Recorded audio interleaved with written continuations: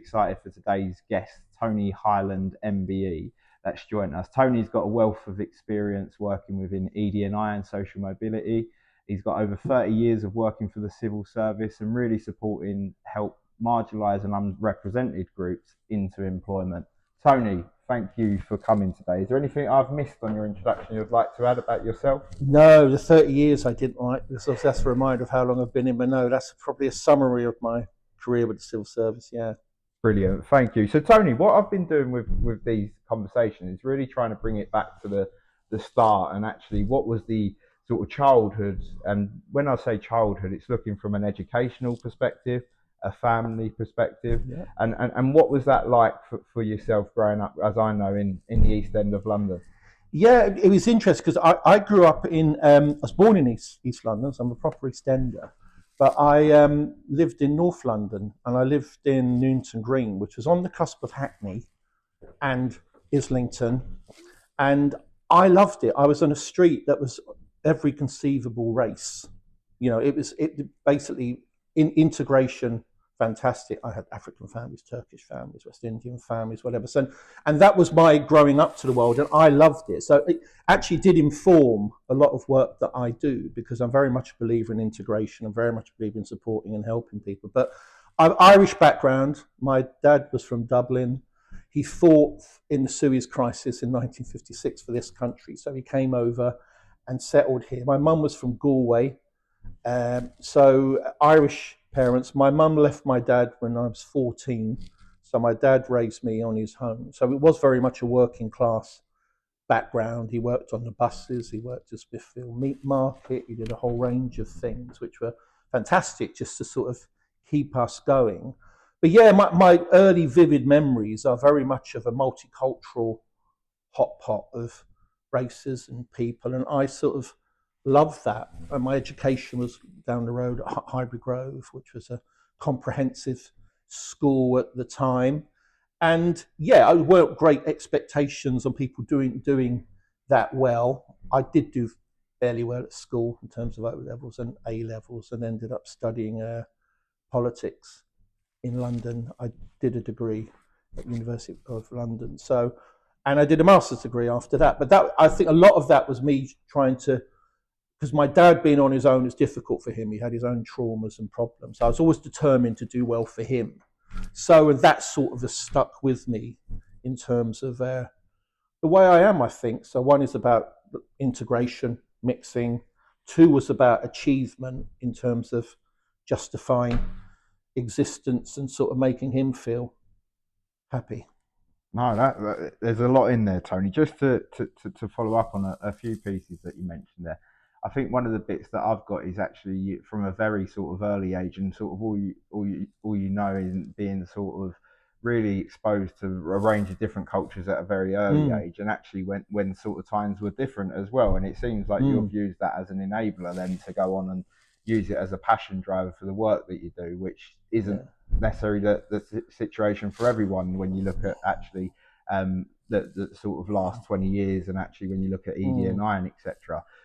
So I think was that part of like your social groups? You had individuals from all different sort of cultures when you was sort of younger, going through say teenage years. Was that the case for yourself? Yeah, it was. I was always mixing, integrating, and it's funny because I met a black guy my age recently, and it's very strange because he said to me, "There's something I've always wanted to tell you, and I've never told anyone this, but your house was the only house I could really go in if there were birthdays or anything going on. We wouldn't get invited anywhere else, but your house, because your mum and dad were like Irish and the way you were as well. And for me, remember, I'm growing up, you only know that was the environment I was living in. So that really touched me. And he said, I said, really? He said, yeah. He said, no, there were people would have parties, different families would have parties, and wouldn't get invited. But your house, we could go in, and if we wanted something to eat, we can go in, and if your mum and dad had been cooked, we'd get something. And similarly with me, I would go into West Indian house, Africa. That's why I love a wide range of food at the moment. But that has definitely informed my view of the world, and the work that I do, I think, and is very much informed by supporting, not the underdogs, it's the wrong phrase, but supporting the vulnerable that need it, and also reaching out. And I think that, not losing my working class sort of Yeah. culture or status in a way, and actually sort of effecting change for those that need change.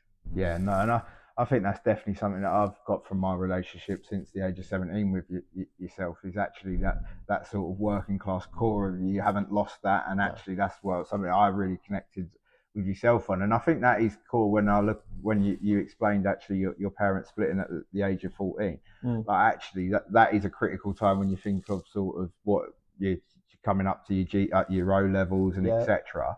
And it's interesting because actually you could decided to use that to take a different path, and I can imagine there was a lot, particularly in the East End, a lot of temptation to be able to do that. But I think Yeah. what I've got here is that the sort of bit of wanting to make your old man proud Yeah. and etc.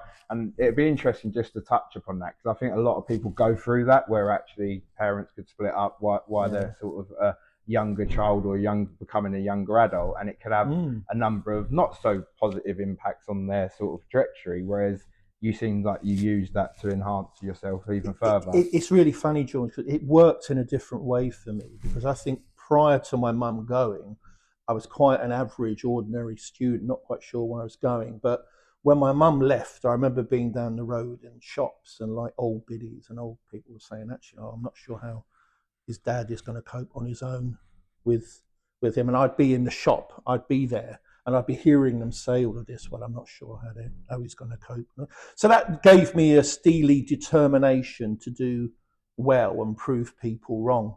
So yeah, it's strange. The temptations to go the other way were always there. Yeah, For the working class yeah, streets and things going on. But no, that really stilled my determination to do well. And obviously, when I got my degree, a master's degree, first thing I did was give it to him to put on the wall. So he was really sort of pleased about stuff that I'd done.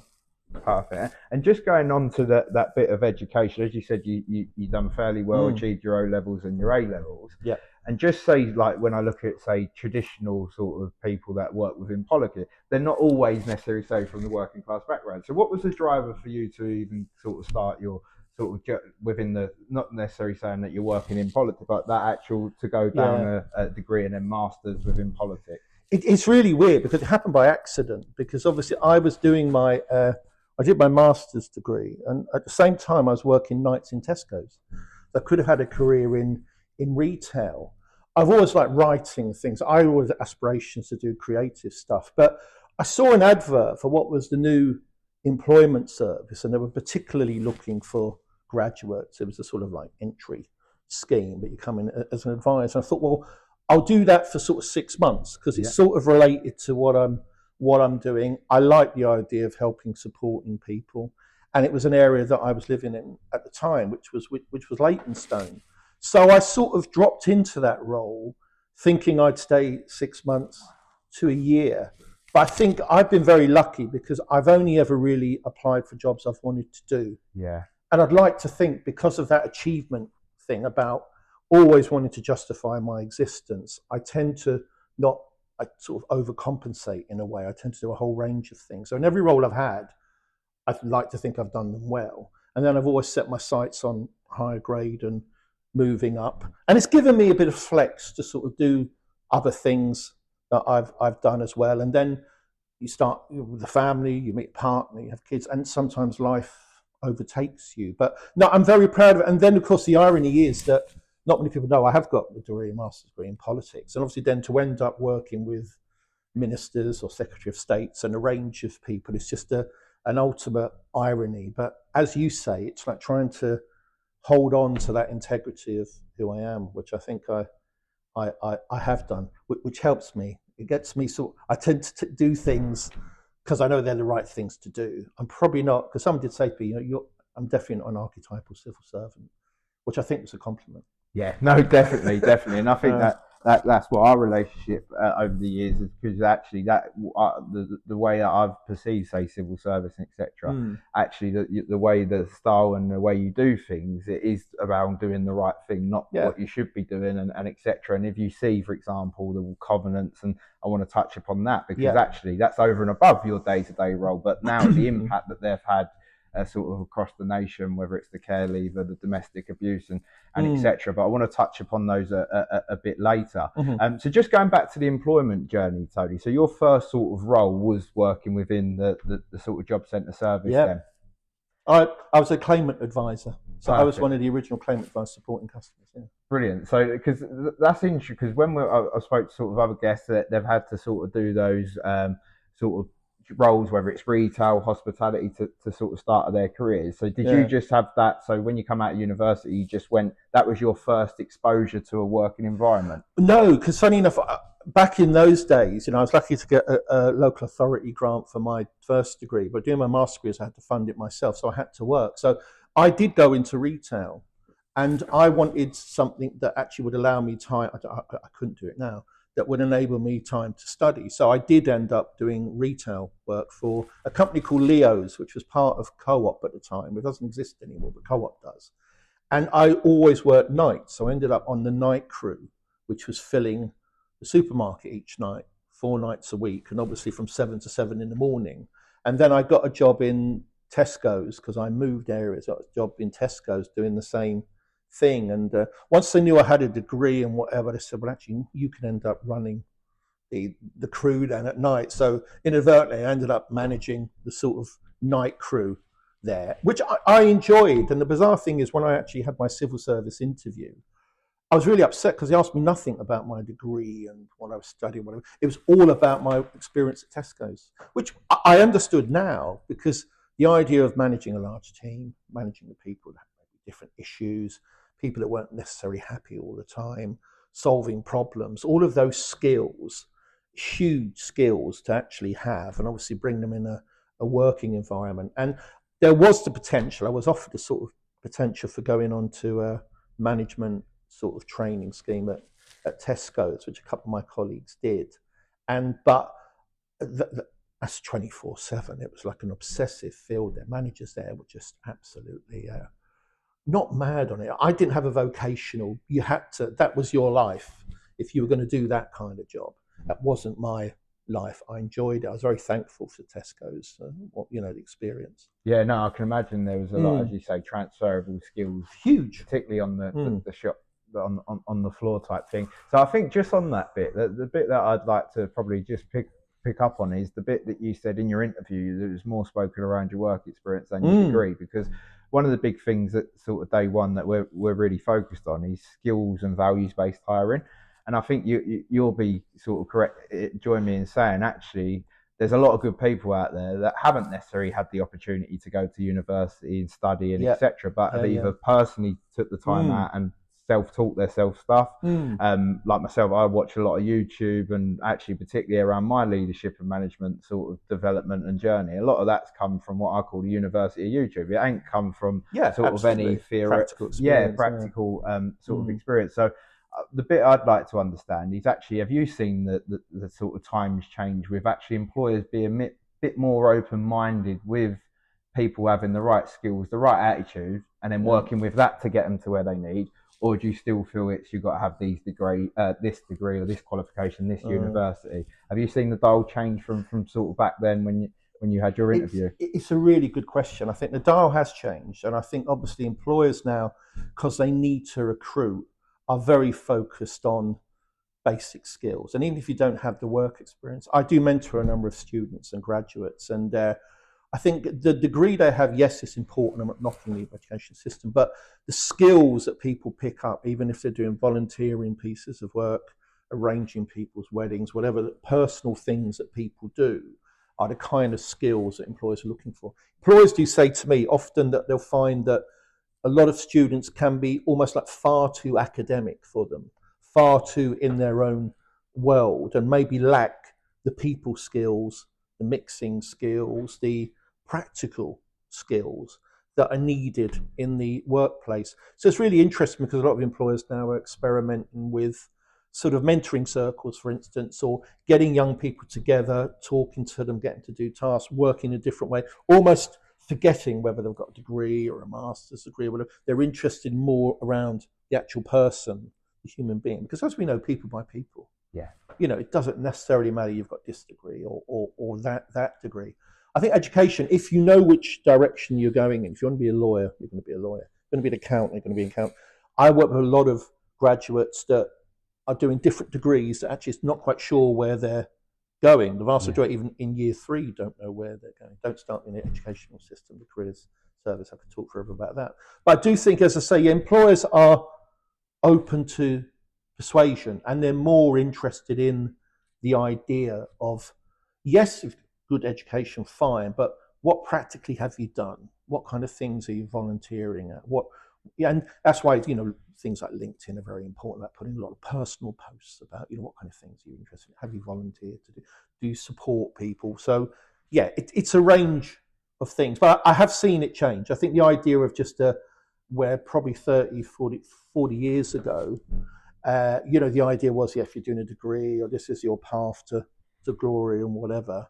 And as I say, I go back to the fact that I got my job based on, I think, my practical hands-on work experience rather than the degree.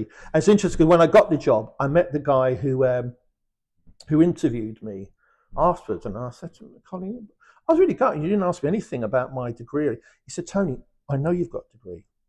I can see it. I'm not interested in that. You could have a degree and not be able to talk to a tree. That's the difference for me. We want to test whether you're in an environment where you've got a difficult situation. Have you dealt with that sort of thing before? If you need to make a decision at the last minute, can you do that? And I do think, as I say, we've done a lot of work, as you know, George, supporting young people who have been in like the gangs, troubled youth. And I've always said to employers, somebody who's been in a gang has got to be probably a huge array of skills. Yeah. Managing a budget, managing time, managing a team, getting people where they know. And on the Olympics, we've got a large number of young offenders into supervisor roles and in construction. And they're still there because of the skills that they've got. They were nowhere near university or college, and that wasn't important. It's just what kind of life skills have you got as well? And I think just going on to that point specifically, because I think that is one of the bits that we're both very passionate about, is actually young people can get into sort of the wrong pathways, and it's not by somewhat their own doing, because everyone has the right to make a decision, but actually circumstances are a lot different, particularly if actually there's stuff at home life and etc. And it's easier to, particularly if we use Newham as an area of an example as well. So it is key for necessary that the work, for example, that you do and advocate for, because actually I know that you've got children and you've probably seen firsthand some of those issues that they have faced and gone through and etc. And being able to keep an individual on the straight path and not let them be tempted into other areas. And like, for example, the stuff I've done and been able to sort of be exposed through the work I do with Essex Police around county lines, and like how young that's starting as well. Like we're talking year 6, so you're talking 10, 11 years old that people are being recruited. And I think that's why there's a more of a push for employers to be slightly different in their thinking, because as you've explained there, to do that role, obviously it's a very negative role and actually it's not following the law. But the skill set used to do that, apply that to, say, recruitment or an actual professional occupation. They could be some of the next senior leaders and etc. And I think that is the bit of reframing that, rather than actually seeing it as a negative, not seeing it as a positive in a way of celebrating what that is, but actually using that as an enabler. Because actually I know, for example, that the DWP do a lot around sort of reoffenders getting back into employment, etc. And I think one of the bits I wanted to touch upon now is looking at marginalised groups, and specifically that have had a particular challenge. So what I'd really like to touch upon is that not just the work that you do at the DWB, but particularly the work you've done around the covenants. Yeah, well, the covenants were interesting because there was the Armed Forces Covenant that was in existence, and that really pulled employers together to support service leavers. But I was on a big meeting with the Director General at DWP with a care leaver organisation, and they weren't particularly happy with what we had to offer for care leavers. And this particular Director General, absolutely, but things like that do hurt and affect you. You don't want to hear bad stories of how we're perceived locally or what the service is like. So that got me thinking, well, actually, I do believe that the answer to almost everything is sustainable employment. good employment, good jobs. So within my role, the able to corral employers together, national employers and partners, was an obvious thing to do. So I sort of went out and found and worked with an organisation called Spectra Connect, fantastic. And I said to them, well, actually, what I'd love to do from our side is really I'll push and promote what you're doing to those employers and partners, get them engaged with you, and then I want them all to have an offer for our young care leavers across DWP. And that's how the covenant was developed, really. It was more me saying, well, actually, I'd like an employer covenant. Spectra Connect, we're talking to the Department of Education about just supporting care leavers generally, but there was no push on employers. I did bring that part in and said, well, actually, this is what we need to be doing. And they bought into that, absolutely. I thought that's a great idea to do. So I think, as I say, 2018, we're 5-6 years now, over 500 employers have actually signed up. Thousands of opportunities for care leavers, even across government. Have been placed already. Absolutely, yeah, absolutely. And we've got a care leaver internship program across government, which now we're very, very proud of. Across working in the civil service. Yeah, absolutely. Every year we take on around 300 or 400 young people on internships in the civil service, and I think the last thing is around 70% were actually getting jobs at the end of it with us as part of the recruitment that we're doing, which was great. And those that aren't are going on to do other things as well. And as I said, we've got big names like Sky signed up, the BBC, Channel 4. What we've deliberately done with it is obviously target a whole range of sectors. So, because my view is that a care leaver should have an option, they want to have a more creative feel. You've got Sky that's there to say, if you want to go into construction, you've got construction company. Every conceivable employer across all sectors have an offer now for care leavers. The irony is, I think we've got so many offers for care leavers, we don't have care leavers for them. But to me, that's a great thing, because I think a care leaver now, there's no way there shouldn't be a great opportunity for a young care leaver. And my view is, I really don't want care leavers to get stuck in the system. And by that, I mean, it's a very easy thing. Obviously, young people will need to make a claim in one way or another, but I still believe that employers are the answer in terms of offering sustainable jobs and careers and meaning, because then you live your life a bit differently, don't you? You're socializing, you're networking, you're doing what we all should be doing in life and have the chance to do.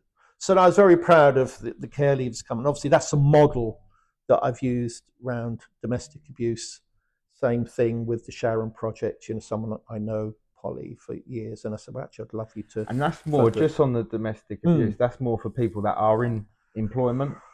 Well, no, there's an organisation called IDA that support people who are in employment, but the EDAC is designed at those domestic abuse victims that are not in employment, because I think one of the problems that we had, and this was heartbreaking, really, there were a lot of disempowered women and men who were in, who are claimants that were coming in, and some would confess that they are actually a victim of domestic abuse and need that help and support, and needed an employer or someone that was able to help and support them. But there wasn't that there. So EDAC produces a range, once again, similar model. All the employers are actually there to help and support, and they offer a range of support to women that may need relocation support, may need a job somewhere else, may just need to, Metro Bank, for instance, will support victims of domestic that need to open a bank account quickly, separately, maybe without the paperwork that they should have. They're quite flexible with it. So there's a whole range of offers there. And I think we're very proud of that, because I think the idea of, and during COVID and lockdown in particular, as we know, the instances of domestic abuse rose. So that was a huge plus for us. And just with the covenants, because that wasn't something that was part of your role. You've had to go out, because I can imagine, particularly within a sort of public sector organisation, the process is to get something like that done. But I think that goes back to the testament of your work ethic, but also when you mentioned around sort of growing up and actually from different cultures and actually understanding that actually people do have barriers and etc. But rather than just sort of saying, yeah, that's just part of life and that's what's happened, you've actually gone out and set up particularly like when we look at the care leaver covenant, over 5,000 care leavers are now in employment Yeah. from that covenant. And then with EDAC, I can imagine similar Yeah. sort of impact. Yeah. But what was that like, having to get that off the ground? Because I can imagine that was a journey, rather than you come up with it and it's up and running by the following week. Yeah, I'm probably, I've got to be careful what I say, but yeah, I tend to not take a risk on things, but I tend to work. I can be sort of very dogmatic. I have a vision of what I know good looks like, and I don't veer away from it. So I tend to, on that, yeah, I was very clear on what I think good looked like. And I went independently with it. I think a lot of colleagues always think, well, why on earth are you doing that? You know, what does that? Ironically, I think senior leaders across government and ministers, I think, absolutely get what I do on those things and sort of understand it, the power of employers. But yeah, I think sometimes, you know, there is a bit of flex. There is, you know, you can show a bit of initiative, and sometimes you take a risk with things. And I think that's we're quite risk averse. I think the public sector generally. No whole risk as far as I'm concerned, because I knew we needed a better offer for care leavers. And I actually knew employers would have the solution one way or another. Same with domestic abuse. So it's really using all the networks that I've got and can link into, and something that I knew would practically support. So I was very passionate. We know I'm very passionate about things, but I was very convinced that this was the way to go. And I sort of decided to go and just do it. Yeah. And then tell people afterwards. And, you know, not necessarily right, but not that I would have got in trouble. I think people always understand my motives and what I'm doing. But yeah, I do tend to just, if I'm very clear on, and I do, as you know, my history, recent history has been, I've been really looking at things to support a whole range of different vulnerable groups, and I'll continue doing that. It's the only thing that keeps me there, really. And just for everyone, because people may be listening that are not aware of the covenants, if you just wanted to reel them off, because I think there's about 6, isn't there? Yeah, there's a lot of them now. I said the Armed Forces Covenant was the first one. The Care Leavers Covenant is there. You've got the Employer Domestic Abuse Covenant. There's the Ambitious About Autism Covenant for employers as well, which we've done some huge work supporting young autistic people, which has actually reverberated around organisations, which is fantastic. The Crisis Homelessness Covenant was probably the newest on the block. That's celebrating a year in October, and that's been a great success with Crisis. We've done something around the empowerment of women and girls as well, covenant around that.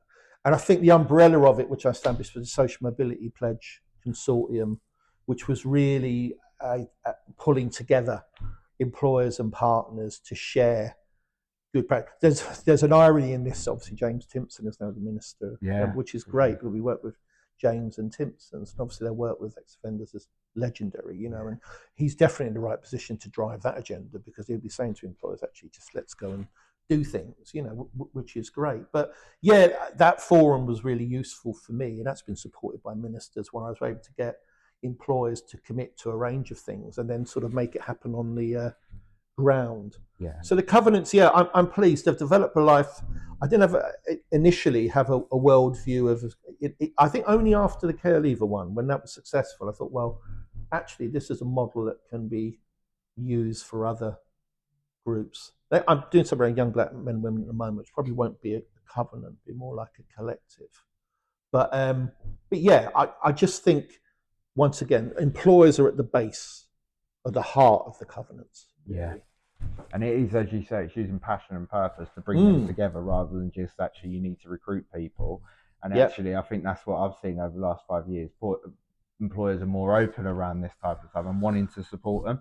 So I think it probably also helped your strategy of actually rounding up more employers as well, particularly on a national level. I get, you know, employers every other week, or every week really, for my LinkedIn stuff, but also my day job, saying, actually, we know we need to do stuff around social value and CSR, and we see the stuff you do around the covenants. How do we get involved? It's really interesting. I was in an EFL meeting yesterday, and the EFL, a woman, that's Gillian, is absolutely fantastic, but their particularly interested in supporting the homelessness covenant, which I have done with care leavers and stuff. So we have a sort of city, and I'm really proud. My colleagues, direct colleagues who work with employers, actually do make contact with me and say, Tony, have you got time to talk to this employer or that employer about the covenants? And we get them all engaged one way or another, which is Yeah. great. Brilliant. No, that's fantastic. And just on, because we're on the career part, Tony, I think one of the big bits that I'm always interested in is particularly when you look at your journey from, was it a claimants advisor, your first Claimant role, advisor, yeah. to now national partnerships Mm.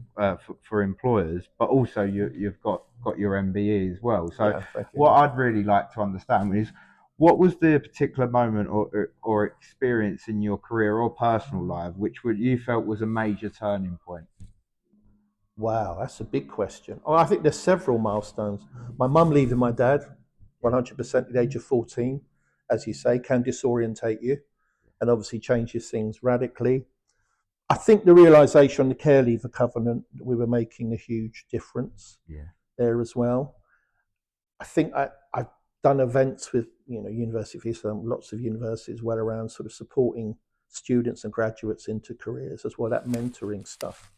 So I think, but a lot of that stems from my sort of background as well, in terms of that sort of integration piece as well, about supporting anyone and everyone, the most vulnerable, and realizing that the world, because when I grew up and got older, I realized actually I lived in a very different type of world to lots of other people who actually didn't mix or integrate. Or when I was very lucky, I'm very privileged to have a street of, they called it Street of All Nations actually, for Newton Green, every other road, and I absolutely adored that. Yeah. I loved the Turkish families, West Indian families. I loved that sort of, yeah. That's one of the defining moments for me. But you don't realise it at the time. It's only when you realise that sort of has triggered a lot of stuff that I've done, I think. And then just a bit on the mentoring, because I think that's particularly, if I look back at my own personal sort of journey, that has probably been the bit that's been the sort of breakthrough for myself, is actually having mentors such as individuals like yourself that in a way are not sort of got into a position and sort of, right, everyone else can worry about themselves, is actually bringing people like themselves forward and giving them the platform and etc. And you mentioned around there you support graduates as well that are in that stage of, they're not sure what they've been done. They've made a massive time investment, financial investment in their studies, but actually because of and I could go on probably a whole hour around careers advice and how that's structured in England, but actually what I'd be keen to do is just get your view on how powerful mentoring can be done in a structured way, not in a way of, I'm ticking my CSR box and I'm giving back to the local community, because it has to be done with the right intent, because to get the impact and the outcomes, it needs that at the forefront of it, not we've got to meet our CSR target, so we're going to do a number of mentoring sessions, but actually we've got no view of actually those individuals coming work for our organisation, or actually relaying them with actual insights and knowledge that they can take away to help them on their journey. So I'd be interested just to get your view of the power of mentoring. Yeah, mentoring is hugely powerful. I think I've actually, ironically, I'm not sure I've had that many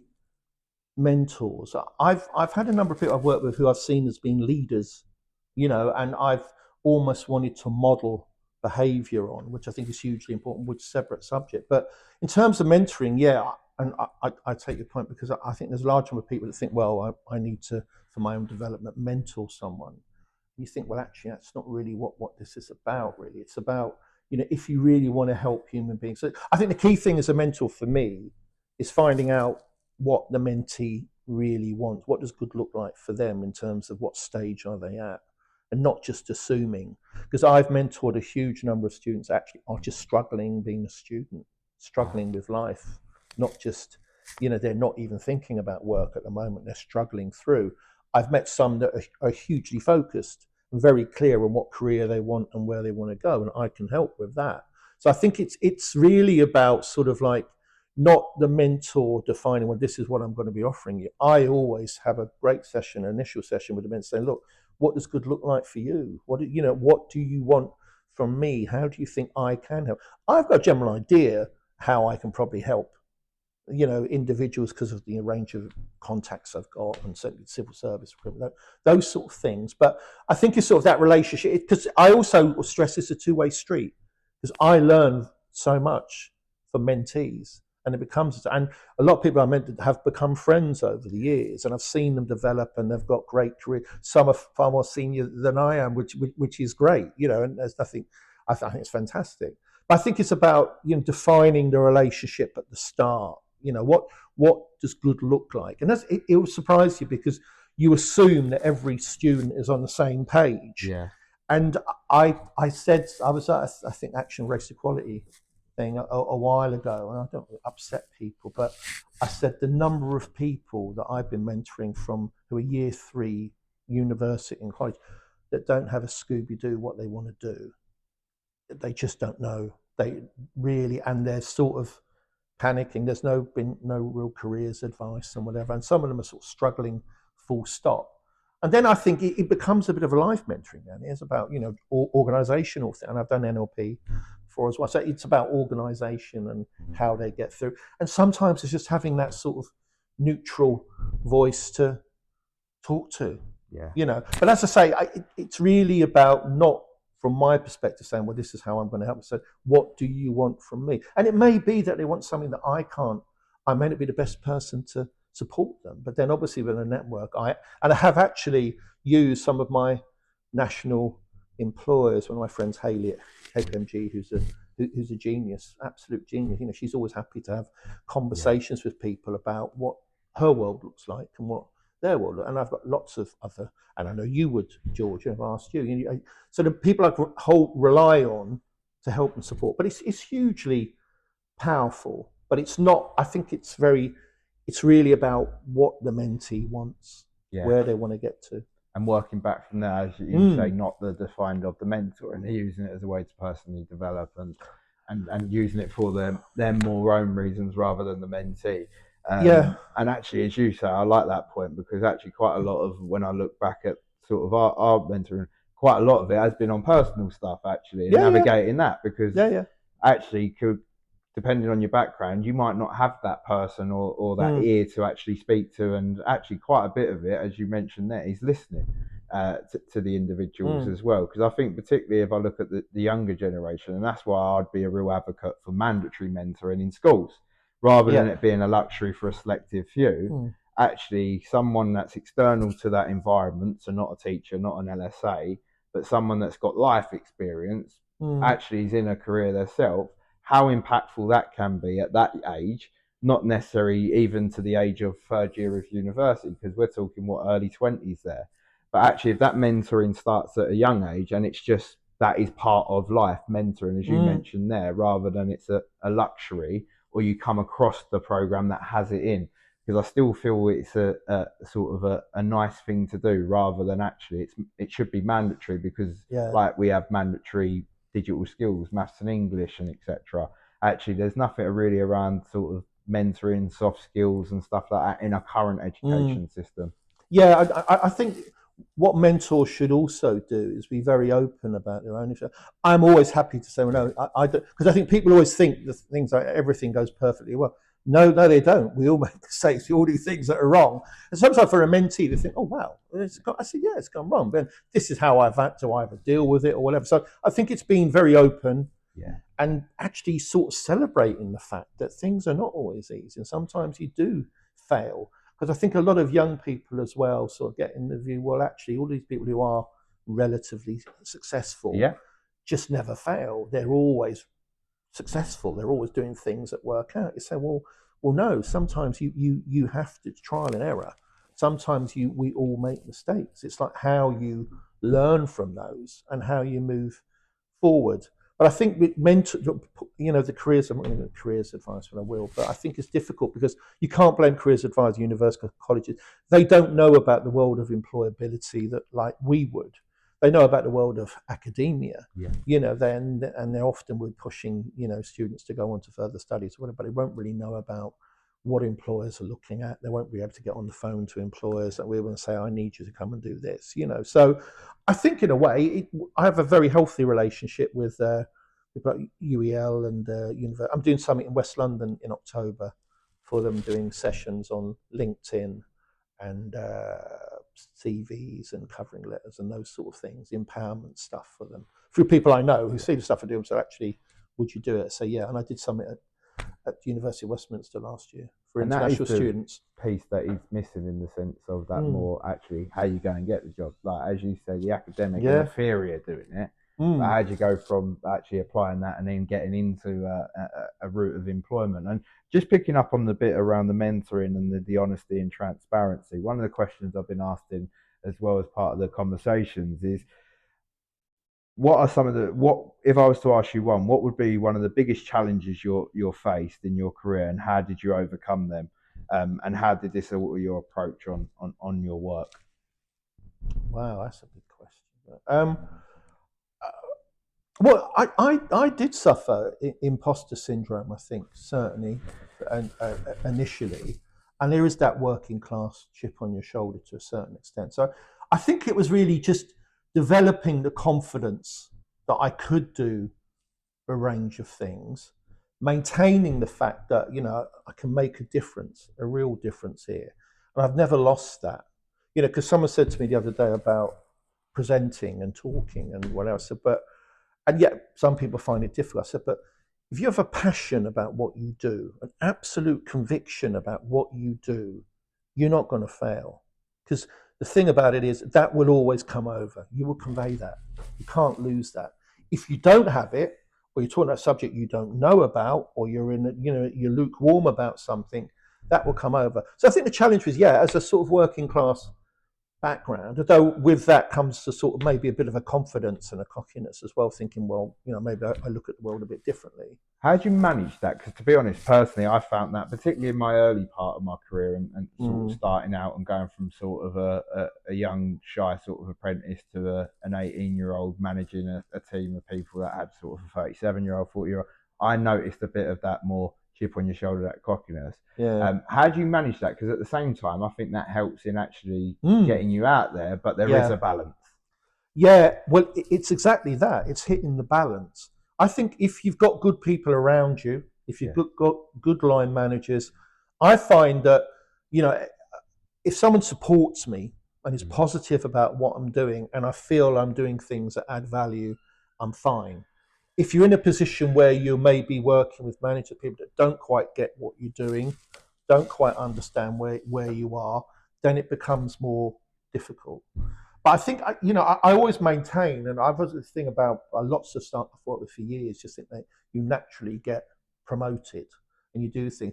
I've always probably overcompensated because of this chip on the shoulder bit, and I've always gone over and above because I've always felt I've always had to justify my existence doing what I'm doing. I do think we all need to in terms of the workplace, depending on the work that you're doing. But I think I've probably overcompensated on that, and I think there's a lot of psychological things going on with me because my mum left my dad when I was 14. So I probably always had this desire to do things that make people happy and pleased, and people say that's great, that's great, that's great. But it is difficult to manage. But I think it comes with time. If you've got good people around you that can support you, Yeah. and you feel as if, and people say, actually, that has made a difference. That's really, really good. You're in the right direction. And also, I think it is about having that, deep-seated passion for what you are doing. You found your niche. You know exactly what you're doing and why. That sort of gets you on the right path. Because as you say, that comes through no matter what. So it's like actually, it reminds me of when I speak to, say, for example, employers and stuff, particularly around youth, and they say straight away, I can see how passionate, and it is because, Yeah. as you say, it's the actual passion at the core. You're not putting it on because Yeah. actually you want to connect with them or anything like that. That's actually you're more worried about the movement and the bigger picture, and they can be a part of that. I think one of the bits to go back into is around the sort of in leaders and sort of how you not as mentors, but actually throughout your career. I can imagine, particularly in the nature of the civil service, whether it's sort of ministers at times, because I could imagine actually you've experienced different governments and different individuals over the years. So I think that'd be a real bit to sort of just tuck into. It's just understanding sort of how that has sort of helped you go through necessarily being a claimant advisor to the role that you're in now, the DWP. Because I can imagine that progression pathway is slightly different from how it's probably now. It's really defined. You can say, right, you join the civil service fast track scheme, I think it Yeah, is, yeah, and then actually within 5 to 10 years. yeah. But was that the case for yourself, or was it more you I, navigated through? I wasn't on the fast track. No, they were just recruiting large numbers of advisors in East London. And as I said, I didn't think I'd stay. But the bizarre thing was for me, I enjoyed helping people, and I enjoyed working with At the core employers of it. at the core of it. And my earliest experience on day one, I said to her, I was a bit cocky. I said, "Well, what do you want me to do?" What's this about? What do you want me to do? She would tell me, I want you to get 40 to 50 people into work every month yourself. That was your target. Cool. First Yeah. job. Okay, cool. So logically, the only way I was going to do that was to know every employer in the area, which I did. I went out lunch times, and I was in the Leos, I was in Barrett Shoe Shop, and I made myself known to everyone because I didn't want to have a customer in front of me say, I want to do this sort of job. And I didn't have an employer I could talk to. So from a very early, that's a lot of my employer stuff started from them. But the interesting thing about leadership, I think, in this, and what I've done, public sector's full of managers. Yeah. There's large numbers of managers, and not knocking managers because you do need people to manage processes, to manage the way things are done or whatever. But not all managers, very few managers are leaders in my mind. And I was always impressed by people that demonstrated a huge amount of kindness towards people, but were always very productive and efficient in doing things. And that could be individually or during their teams. And it's an obvious thing to say, but I do believe that you do need to show those leadership signs and inspire people to do things without necessarily just telling people what to do and saying, I'm your manager and you have to do this. I've always been inspired by, and with politicians likewise and senior leaders, I don't respect grades. I respect people. And I think there's a huge difference. I'm not rude to anyone, but I think I've met some people at very, very senior grades that aren't really leaders. Where I've met some that are really great leaders. Everyone has different skills, but I'm more, as a human being, I think more around people to show kindness, support, but really inspire and do things. I think, that's fantastic rather than, organisations that people follow process and managers. I think that is a really good piece on leadership, is the actual followership piece, because actually you could be, as you say, a really good manager, and actually you could be like aiming to take your team with you, or as you say, like an example there is you can't have that, and actually you're a leader on their own and you're going for a walk on your own and your team's standing there and not going with you. So I think that's the big bit I've learned, is actually being able to inspire others. So how something inspire motivates you may need to be reframed and done to a slightly different to your team or your individuals to bring them with you, but also make them as motivated to achieve it as you are.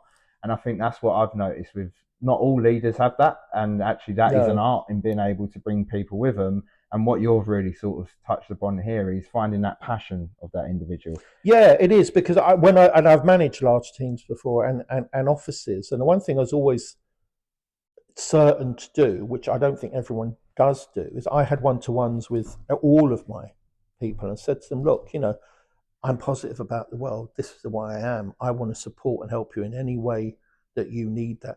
What would good look like for you? Where do you see yourself this time next year?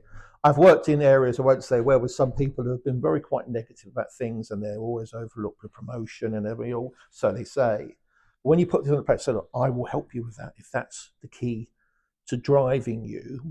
It actually gets back to that mentoring discussion, actually reversing it really. I talk to all the members of the team and say, where do you want to be this time next year? What does good look like for you? And bizarrely, in a way, people are sort of like shocked by something. Well, no one's really ever asked me. So I will help you with that if you want to develop skills and competencies. It's a way of me also knowing who in the team really does want to do things that are a bit different, that you could delegate work to, because often, getting to the next grade is about showing the skills, and the best way of doing it is giving them bits of work. You'd also get to stage, and I've known people in the civil service that have been doing the same job for 33 years, Yeah, and the thing about it is they've been doing it brilliantly, Yeah. and that's fine. Not You know everyone that wants to be leaders and not not, yeah. everyone wants to move. So I think it's also that sort of idea that, finding out what is driving people. But it is very nice because I do a lot of things that obviously a lot of staff I get approached saying, well, actually, I really love those things that you're doing, which is really good, and I want to get involved and support it. And so in terms of leadership, I always sort of flattered that people think, well, actually, we see the things you're leading on, but so I don't have to literally be leading every team in DWP or across the civil service, but I could be leading on things that are important that people recognise and see. Brilliant. And one of the bits that I wanted to touch upon, Tony, what would you say out of your sort of whole career? What would be your? I think I know the answer, but I want you to answer it. But what would be your proudest achievement, whether personal or professional? Um, Wow. I, well, you probably will. I'll surprise you here because I think my proudest is my writing, the books. Actually, my MBE was the obvious thing. Obviously, receiving that was great. But my other world, in terms of having books published and plays performed and the art stuff, which is my sort of secret identity, really. I don't really. I've come out more and sort of celebrated that. But I was always very conscious about that, actually. But no, the MBE was a great recognition of it, and yeah, my dad would have been proud of that, I think, because he served for the army in this country. And I thought, well, yeah, I have done bits I'm quite proud of. And obviously, if people recognise it like that, then I'll say. And the kids were intent. No, you have to take MBE, Dad. You have to do it because obviously that was a good thing. And yeah, I was a working class kid coming from sort of where I did to get that and be recognised for it. And then to be, invited to, the ministers come over and did a video of me about it and this and that, and recognition of work that I've done. Because I can genuinely think, well, actually, it was around supporting disadvantaged groups. customers, Yeah. and it was on the back of the care leaver stuff in particular. And as you say, I wasn't asked to do that bit of work. So I think I am proud of that. I think if anything, people do think, well, actually, why did you do? I said, well, it's the right thing to do. Yeah. It's like sometimes you have to make a decision that it may not be a piece of work you're given. It may be something that you have to go, well, no, I think it's just important that we do this. And that's why, when the Director General, because he has to go and justify it. I was going to ask, how does that come around? Like, Well, you have to get nominated. I was nominated by my line manager, which I sort of didn't know, and then it goes through to the Director General of DWP. And ironically, JP Markson now in Scotland, great guy, and he has to go in front of the Cabinet Office and he has to justify each of the nominations. And his team said, well, and I was lucky. His team said, well, he didn't need the notes on your one. Just go on his LinkedIn. Because well, he was involved in the care leaver stuff. Because when we set up the care leaver covenant, he was on those calls when we were hearing about how poor potentially the service was for care leavers. So he knew the work I did in that space. So he was very able to justify it in front of the cabinet officer. Say, well, no, I know exactly this, and this wasn't there before. And this is why he needs us. So yeah, I was really touched by that. And his team say, no, we didn't have to give him any notes on anything we've done on that. He was very confident to nominate him. And just touching upon that, Tony, around the sort of what you call when you play it massively down. So I think I can't remember the amount of books you've got, but you've got more than a few. But he's actually doing that as well as doing your role, because that is a real sort of passion. Was that always been through when you was younger? You've always wanted to write?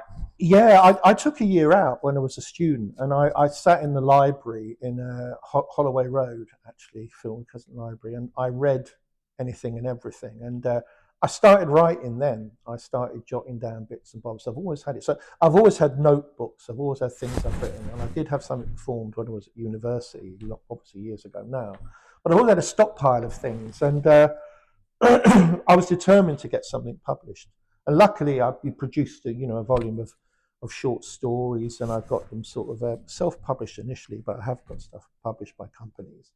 And when I got the word out there, I thought it was great. I started selling copies. I thought, not enough to sort of retire on, and the feedback was quite nice on some of them. But I felt very, uncomfortable because obviously I've got my civil service Yeah, job running here and I've got my art stuff running there. But and someone said to me, how do you do it? I said, if you want to do something, you do it.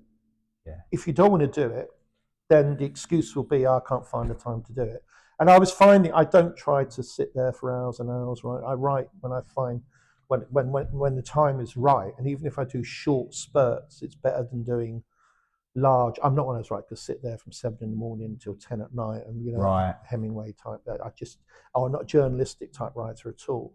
So yeah, you find time to do it, and over a period of time, the work was accumulating. And the stage, I've always been probably melodramatic to a certain extent, but Did you do drama. like acting, performing arts, drama at school? No, I probably flirted with it, but theatre was my main love. I loved plays of Harold Pinter and Joe Orton, playwrights in the 60s, and they're huge. I just love the way they wrote, and I love their plays, and hugely influential to me and anyone. So I was always determined to write stuff. So I had some plays on in London in 2018, and but yeah, once again, as a sort of working class kid, and I was pleased I wasn't trained as a writer. I didn't want to go through, do English lit or whatever, or even drama school. I was pleased to do things in my own way, and I have developed my own style. Style is Wow. probably too strong a word, but it's definitely a distinct style.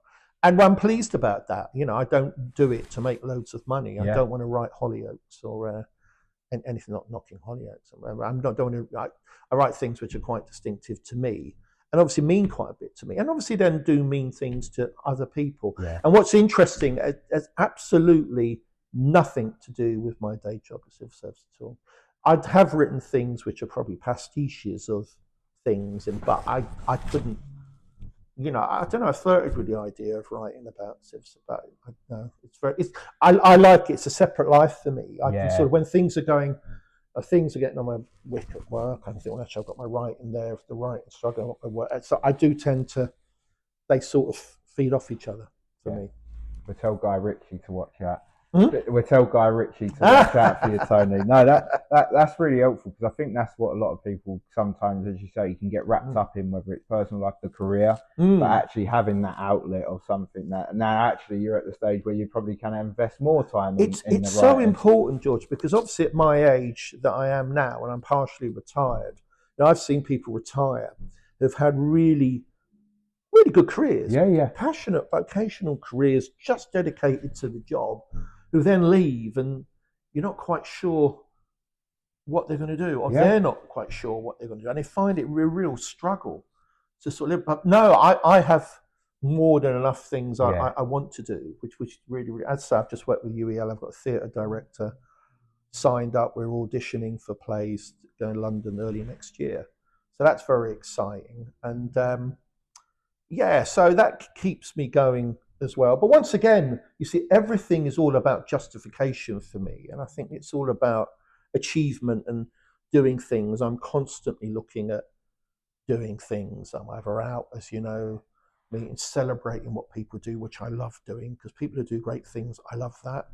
And the idea of actually probably achieving things and supporting people and developing things that weren't there before.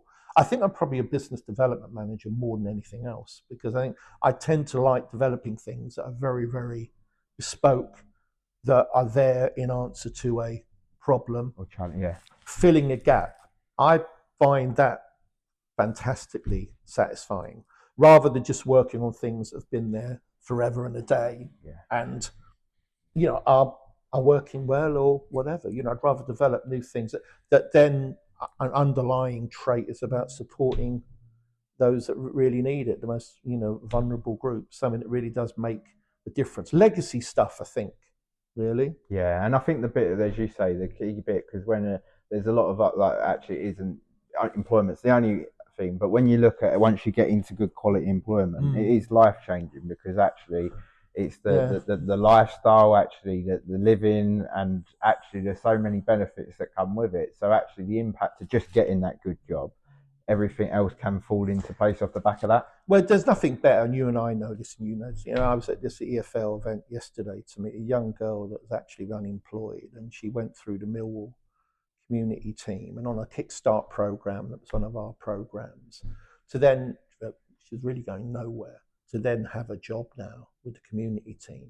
And I was so proud of her. No right to be proud of her. I don't even know her, but the first time I met her. But Yeah. I just said, I'm so proud of what you've done. It's just amazing. Your program's worked. She's changed her life, and she said to me, I feel a bit self-conscious, but I said, look, remember, you are now going to influence young people behind you. That's the importance of what you do. She said, do you think so? I said, yes, I know so. That's what you do. She put a picture up on her. I sent her a nice book because I took a picture of her. She was on stage presenting. She changed her profile picture to put it's just her presenting EFL, and I said, bang, that's your picture for your profile that goes up there. You are celebrating your work and what you do, and you're leading young people now. You have to carry that on. You're not one of them, you're leading. Yeah, that's the importance of what you're doing. She said, I didn't really think about it like that. No, you should. Yeah. That's so powerful. Yeah, and I think it is schemes such as Kickstarter, like actually apprenticeships, where it's that foot in the door, which isn't the traditional route. But once you're in there, that individual's proves that they've got the skills, they've got the personality, and they can do and got the work ethic, because now they're full-time work and 2 years after the Kickstarter scheme. Yeah. So I think that is why there is such an importance, particularly with the incoming government, when we're looking at sort of young person's guarantee, but also the reskilling agenda. It isn't just around young people as well. There's a lot of people that want to reskill and get into sort of what they call their second career, and etc. I think the days are gone where actually, for example, yours, Tony, where you've stayed in the same organisation for 30 plus years. I think actually I see something the other day where it said, I've got to get me Gen X's, Gen Z's right. But actually the younger generation probably going to have 4 or 5 different careers throughout their lifetime. I think that's the bit that's probably going to be challenging for employers. But I think side hustles. Yeah, and side hustles, because entrepreneurship is encouraged rather than I think in my early start of my career in 2013, 14, it was not frowned upon, but it wasn't encouraged. And it's like, even talking to you in the way you explained how you got the covenants off, that's entrepreneurship. And actually that was encouraged, and it was able to make that impact. And I think that's the bit that it'd be interesting to see over the future years, with actually more people having sort of their side hustle or something that they're personally passionate, as well as that full-time job. I think employers that I've seen are more open to that type of thing because they don't want to lose the talent. But that wouldn't be the case for all, I can imagine. Well, it's funny. I was with Foundervine, an organisation I love, on Saturday at Black on the Square, which is a big thing in Trafalgar Square. And Foundervine, a young organisation who support, young black entrepreneurs. It's interesting, the number of young people that are actually, as I say, they want a corporate career. But they want it on their terms. Maybe flexible working, different ways of working, because the younger generation now are less about, when I was younger, maybe it's about, well, how much are you going to pay and what's the prospects? A lot of the young people now are about, well, how flexible are you in terms of working? What culture? What's your work culture like? Different. How flexible are you? To me, maybe having that sort of side hustle. I'd always maintain I'd rather have 3 days fantastic work from someone who's committed than 5 days of someone who thinks it's a drudgery. You know what I mean? So there's a big difference on that. But I was talking to Foundervine, and they've got a lot of young people now that really want their side hustle. They want to do their own thing creatively, whether it's music or the arts or whatever. A lot of young entrepreneurs with stalls, they're developing different ways of selling things and whatever. The world is going, and there's huge opportunities now. To set businesses up. It wasn't the case 30 years ago, 40 years ago. You can have an online business now. Run just an online business and sell stuff online. I think it's fantastic opportunities. But employers now, are having to be a bit more savvy around sort of what the needs of younger people are. And this whole debate about hybrid working, for instance, about working in civil service, we have it all the time. The employers need to think about that where it does fit. Some people I know are hugely productive at home in their own environment, doing what they're doing, and they can get on and do their job. Thank you very much, brilliantly. That's fine. Some people need a workspace environment. They need the interaction with people. They like the idea, the routine of going to work. It gets back to that thing we were talking before about that mentor, about having that discussion with staff and finding out what drives people. Is hugely important, that we really don't do enough. We tend to tar everyone with the same brush. Is it one size fits all? We don't tend to actually really ask that question, because I know people that are really comfortable working in their own environment, hugely productive. There has to be an element of trust that they're not watching Good Morning Britain or whatever. You know what I mean? But you know that they're not. But by the level of work that they're doing and whatever, I also know people that are actually going to where I work.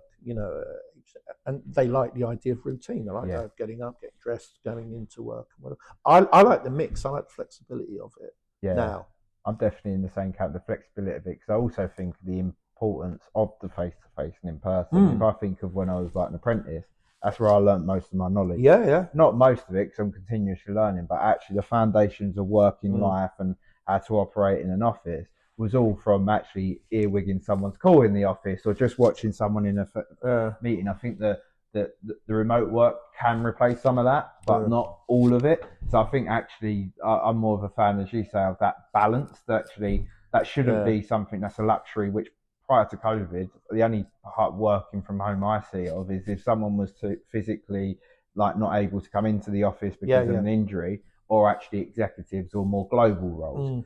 I didn't see it actually in like employment and skills. That was like that was a very real luxury. Whereas now it's normality. And I think actually employers that go like you see some that go full to the other way where it's all back to the office 5 days a week because we've got a building we're paying a substantial amount for, or actually it's to the other way where it's 100% remote. And if you have got particularly early careers and people new to work and it's their first job, that's a big learning curve. And also not everyone's got a spare bedroom that they use as an office. They might be sitting at the end of their bed or actually be in the front room with family members. It's understanding that, isn't it? Yeah. I think, lots of employers now that I know, young employers or organisations, don't have building space. They don't actually, and they don't actually want it. They'll hire space. There's enough workspaces to do more events. and do more events and sort of like they're working differently. Yeah. The cost of managing a space in large buildings is quite costly. Some organisations say, well, actually, we don't really need that. Our people can work differently, or maybe we'll just hire space when we need it. But the world is changing in the good way. I think COVID and lockdown, the only positives of it, but I think it showed that you can conduct business differently if need be. I don't think it's the answer to sort of everything. As I say, I think the combination of the two is a great thing. But it just shows the flexibility employers can have. And I think that work-life balance is hugely important. It takes me an hour to get into where I work and how to get back. Now, I know if I don't do that travel, I know I'm on my laptop working.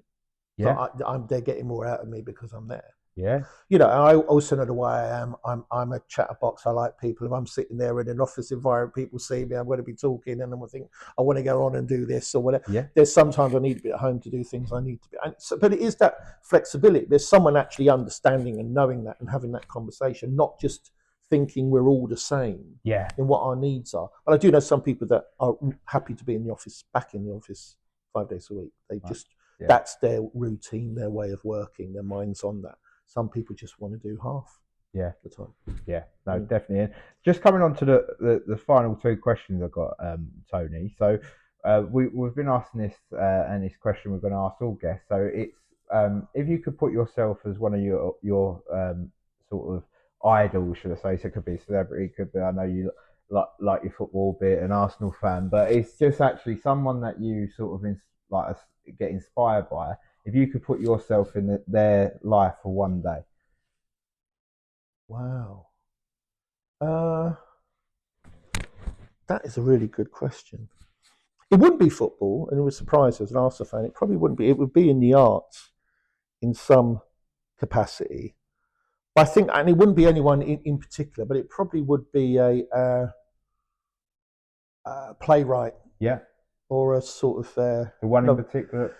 Well, one that's dead, but Harold Pinter was my idol, I think, and he was a writer that died a few years ago. And Samuel Beckett was hero as well. So Samuel Beckett, and a combination of the two. I love Beckett and Pinter, and they lived like real writers' lives. Really, that's all they actually did, and they lived and breathed what they wrote. And obviously, I've not in a position to do that. So if I had the opportunity of sort of living.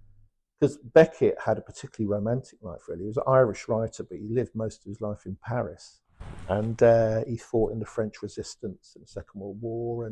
But he still wrote things like Waiting for Godot, and his prose is fantastic. But his life, he was also shot in the leg in Paris as well. So he lived a Wow. sort of quite a Yeah. offbeat life, but he was a fantastic writer, absolute genius, changed the way we view things. So I think, yeah, Samuel Beckett's life is something I've always admired. Joe Orton as a playwright in the 60s and Harold Pinter. But yeah, I wouldn't have been football. I love football, and you know I love football at Arsenal, and I'm lucky I would do a lot of work with the football club. No, I'd find football too pressured. I think I'm too passionate about it. It's hard enough being a fan, but to be engaged in football. But no, the arts, Samuel Beckett or Harold Pinter or the arts would be for me, I think. Perfect. Thank you for that, Tony. And then the last one is, um, as you sort of reflect on sort of your career, what would be one piece of advice you'd like to give to someone starting out in their sort of employment journey, or looking to reskill? I think one of the ones, just personally, I've really taken from you is, I look at actually when I was 17 with 90 LinkedIn connections to now I've got over 5,500. But that's where most of my engagements come to be able to actually follow and work in initiatives and organisations that I'm passionate around, rather than just doing a job which I was probably doing for the early part of my career. And that's enabled me to actually open up a number of opportunities, how I come into touch with the work at Yeah. day one, new futures, and etc. So that sort of advice you've given me over the years on LinkedIn, and using that right in the right way. But what would be one piece of advice, if you could, to younger people, or people reskilling as well and looking to get into new ways of work? Well, I think follow your passion. I think, find things that you really want to do and know why you want to do them and develop your expertise in that field. There's nothing worse than actually doing things that you don't have a passion for. It becomes a bit of a drudgery. I know it's difficult, not everyone's in that position, but it is about, what really hone into what drives you, what you make a difference. That's the one thing that I'm always hoping to do in one way or another, is make a difference, add value in terms of what I do. So sometimes it's about find your passion, consolidate your position, and then look at the world around you. Think, well, how can I make a difference? How can I really change things, improve things for the better? And always think to yourself, well, if someone's looking at you in the workplace, what would they think about you and how you did add value to the world around you and the organization? Brilliant. Thank you so much for that, Tony. And that's a wrap.